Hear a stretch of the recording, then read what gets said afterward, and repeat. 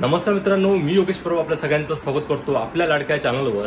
आणि आज आम्ही जाणार आहोत विरारला।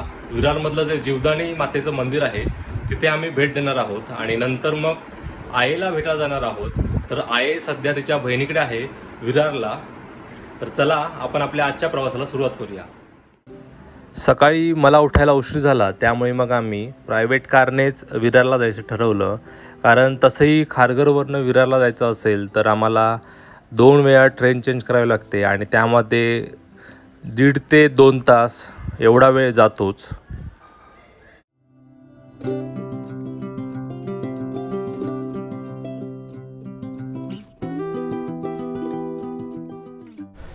दोन ते सव्वा 2 तासाच्या प्रवासानंतर आम्ही जीवदानी मातेच्या डोंगराच्या पायथ्याशी पोहोचलो होतो।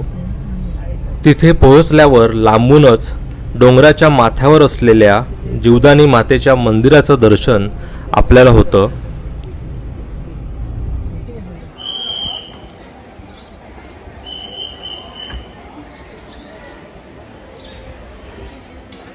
तर मित्रांनो, जवळजवळ सव्वा 2 तासाच्या प्रवासानंतर आम्ही विरारला जीवदानी मातेच्या मंदिराच्या पायथ्याशी पोहोचलेलो आहोत।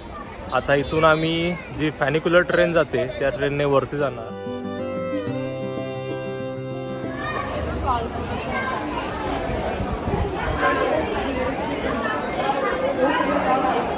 जी फॅनिक्युलर ट्रेन आहे त्याचं तिकीट इथेच मिळतं।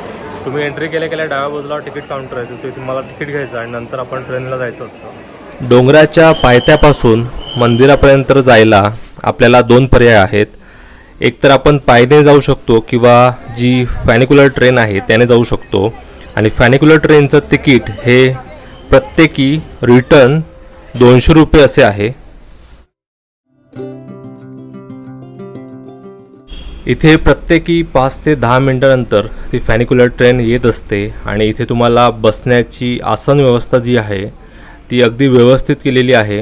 इथे तुम्ही थोडा वेळ तुम्हाला थांबावं लागतं आणि जशी ट्रेन येते त्याची जशी कॅपॅसिटी असते त्यानुसार ते माणसं आतमध्ये घेतात आणि अगदी 5 मिनिटात आपण डोंगराच्या माथ्याशी जाऊन पोहोचतो। आम्ही तिथे जेव्हा पोहोचलो तिथे 2-सव्वा 2 वाजले होते, त्यामुळे तिथे गर्दी अजिबात नव्हती। अगदी कमी लोक तिथे उपस्थित होती आणि आम्ही ट्रेनने अगदी 5 मिनिटात डोंगराच्या माथ्याशीच जाऊन पोहोचलो।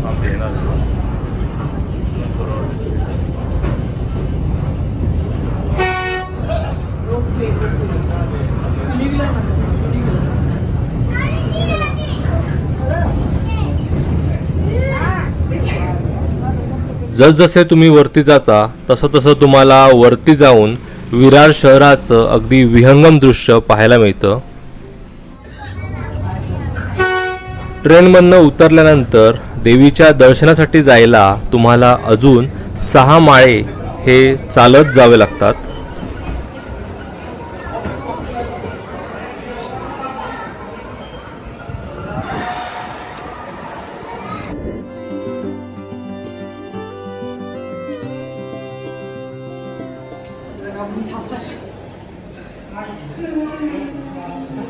आई सांग कसं वाटतं ते?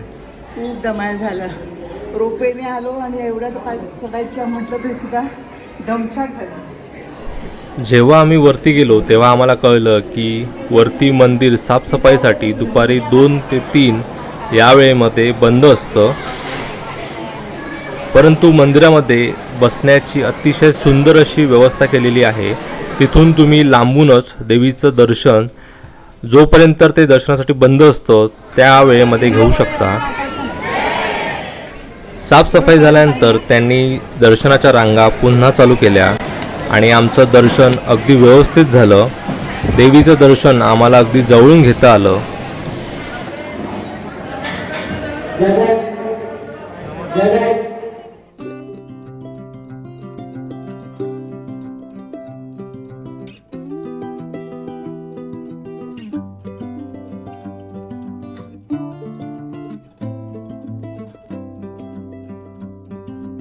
ताई कसं आलं दर्शन? सुंदर, देवीची मूर्ती खूप त्या काळ्या काळी तर याच्यामध्ये कोरलेली आहे आणि आम्हाला सुंदर दर्शन झालं। दुपारी 2 ते 3 या वेळेमध्ये मंदिर सफाई करण्याचं काम चालू असतं. त्यावेळेला आपल्याला देवीचं दर्शन पण देत नाही. पण काय कोणाच ठाऊक भवानी देवीच्या कृपेने आम्हाला 2:30च्या आजच देवीचं दर्शन मिळालं. पण ज्या फॅनिक्युलर ट्रेनने वरती आलो तो बघा, हा रूट आहे तो, आणि अगदी 5 मिनिटात तुम्ही खालून वरती येऊ शकता. आणि जर तुम्हाला चालत यायचं असेल तर ह्या बघा, इथून जो पायऱ्यांचा मार्ग आहे तिथून तुम्हाला वरती यावं लागतं. आणि हे पूर्ण विरार शहर तुम्ही बघू शकता, इथून दिसतंय. आमचं दर्शन झाल्यानंतर आम्ही आमच्या परतीच्या प्रवासाला सुरुवात केली. आणि जाताना आम्ही विरारमध्ये आईला भेटलो, पण तो पार्ट मला काही शूट करता आला नाही. तर हा होता जीवदानी देवीच्या दर्शनाचा व्हिडिओ. हा व्हिडिओ तुम्हाला कसा वाटला हे आम्हाला कमेंट करून नक्की सांगा. व्हिडिओ आवडला तर व्हिडिओला नक्की लाईक करा आणि चॅनलला सबस्क्राईब करायला विसरू नका.